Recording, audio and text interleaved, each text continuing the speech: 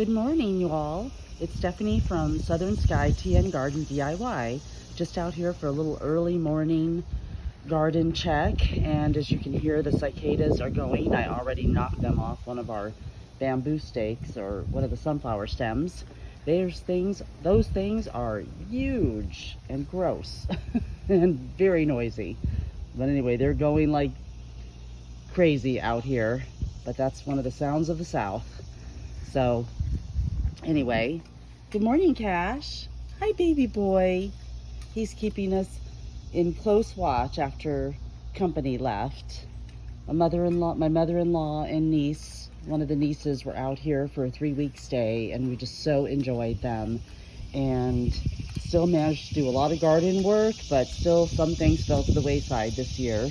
But we're reseeding, replanting, and working on regrowing. So next year I'll do some pollinators in these little plants, but there's a few there going, some small little zinnias going in that one, but it was lettuce, just to kind of pick it for smoothies and things like that. And then the herb garden is just busting with parsley, lemon balm, kale, some spinach, and just reseeded in there some cilantro, so that'll pop up when it gets cooler, hopefully. So things are happening in there. Lots of just good little herbs to pick for a little drink or smoothie. And we'll check here on the 13-foot, maybe now 14-foot sunflower plant. That's a 6-foot fence here, and I'd say it's going on around 13 feet.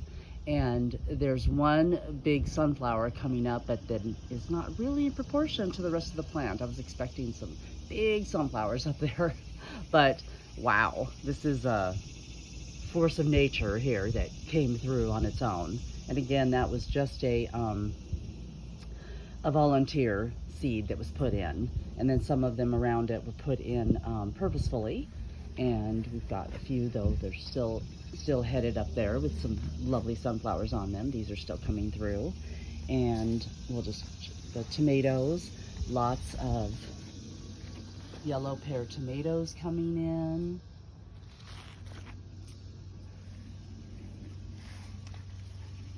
in. And some the purple Cherokees. Gonna check on how they're doing over here.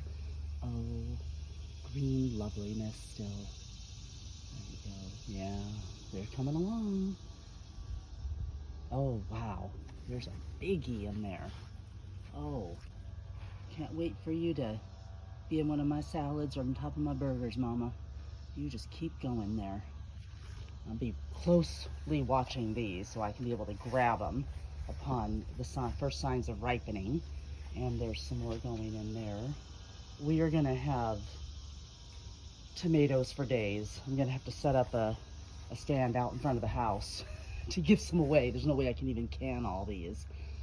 Some more varieties going down in there. But again, these were mostly yellow pear, beefsteak, and purple Cherokees. I didn't really go crazy, and some cherry, and I didn't really go crazy on the varieties. There's a few little cherries coming on. This plant was on the struggle bus, but pretty much every tomato plant I planted came through from transplant. These are all from seed and transplanted out here. Got some yellow squash zucchinis going. Got a few plants, few pots I gotta put some plants in. Lettuce that's kind of seen its days where I'm gonna be harvesting a lot of the lettuce. And my theory is my process is I just still pick it, even if it's a little bitter. And it's kind of like a kale, you know, I just use it in smoothies, or I'll make a little bit of a sweet and salty salad dressing and do that. So these are red velvet sunflowers that should be coming up soon. Yeah, developing their sets of leaves in there, waiting for flowers. So I'm waiting for those to come in. They'll be really pretty in a rich red yellow color. The cucumber here, I think we picked the few that were on here, but there's a few more going. Strawberries for days, of course, which I wish I had more, but there's a few going in there that will be ready to get harvested again. And again, like I said, I'd probably get a lot more strawberries if I would open up the covers. But as soon as there's any signs of red strawberries there, the birds swoop right in. I even had one get caught under the net, like twice, the same bird working its way in and getting caught under the net, and just was destroying the plant in there. So up went the cover. Little lime hydrangeas, not so little. They are just beautiful. Just love them. They were grown from pots from a local nursery we like to support, and they are just going. I mean, this is like the fourth year, you know, the fourth season they've come through, and they just get bigger and bigger every year. And in here I've got some more zucchini going. Oh, actually this is cucumber in here, so I've got some more cucumber going in here. I actually planted a cantaloupe plant. I mean, I don't think it's going to do anything, but I just wanted to give it, you know, some life in there. And I have that covered, but I do have a butternut squash on that plant, on that trellis. I don't want to climb in and make you all dizzy. And let's see what's going on over here. Oh, my beautiful sunflowers. Oh, so beautiful. My husband just put down some more seeds around, seeing if any more pop up, but they were all just planted from seeds. Oh, and there's a little fatty mama. Yeah, going to work. So beautiful.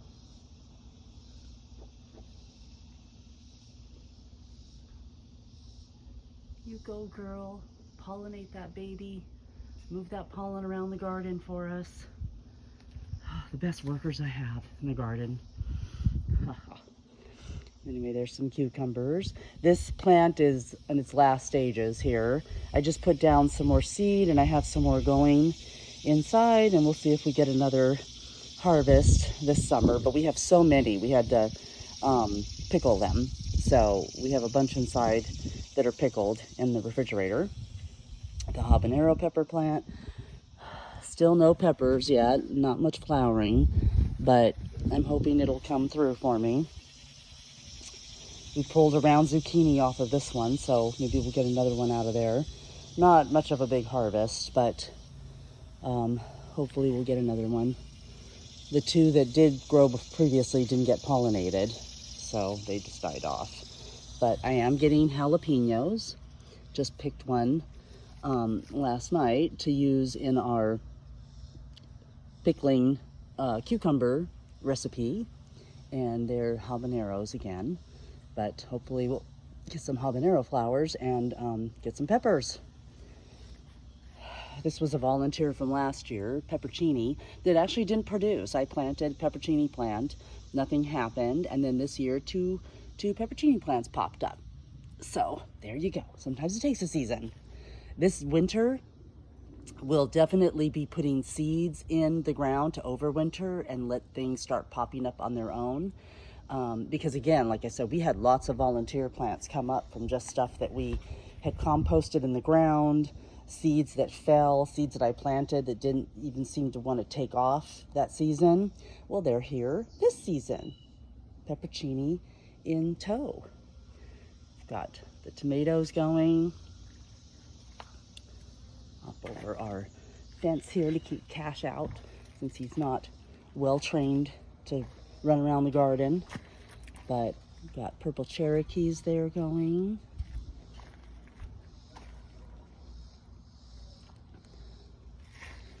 And this one has some yellow pear down there. Oh, getting into the yellow stages. So I'm just gonna pick a couple here and there that are yellowing. Uh-oh, a bird back here, a culprit. I just saw a bird go by. Yeah, because that's what he's after.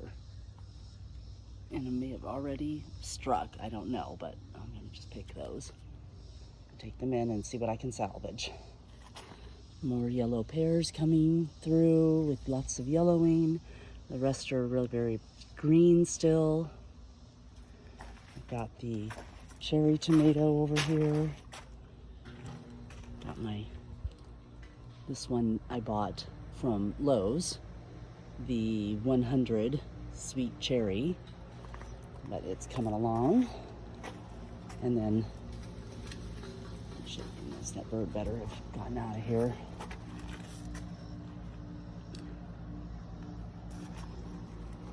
All right, I'm gonna pick those red ones that are there.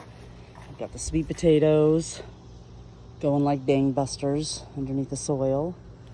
And this is the zucchini bed, so it's looking pretty sad. So what we've done is we have transplants going inside inside the garage at my grow station. And then I put some seeds in the ground too. And I thought, well, you know, with our intense heat out here, it's gonna be like 100 degrees out here this week. So it's already like 9:40 right now, and it's in the mid-90s. So that's why I have shade cloth going to help some of the plants on the other side survive. We have the netting up over here so we can get things started. I planted so many things, such as the white scallop, and they just about all died that I put in as transplants. So that's what's going on here. Love to hear if anyone's out there watching and wants to comment on what's going on in your garden in Middle Tennessee in the heat of July. But like I said, I've got lots of seed down in there, and I was hoping that by putting the seed in, they'll, of course, in the heat and the sun out here, they will germinate most likely, and we'll see if they get more acclimated to the sun and the heat as they grow naturally out here, rather than having started from the grow light, you know, inside of the grow station. So we'll see what's happening. And we've got another, oh, this one looks lovely, another round zucchini hybrid that we had going here. But that's, y'all, they have been delicious, and we pick these and we're gonna make little round zucchini pizzas out of them.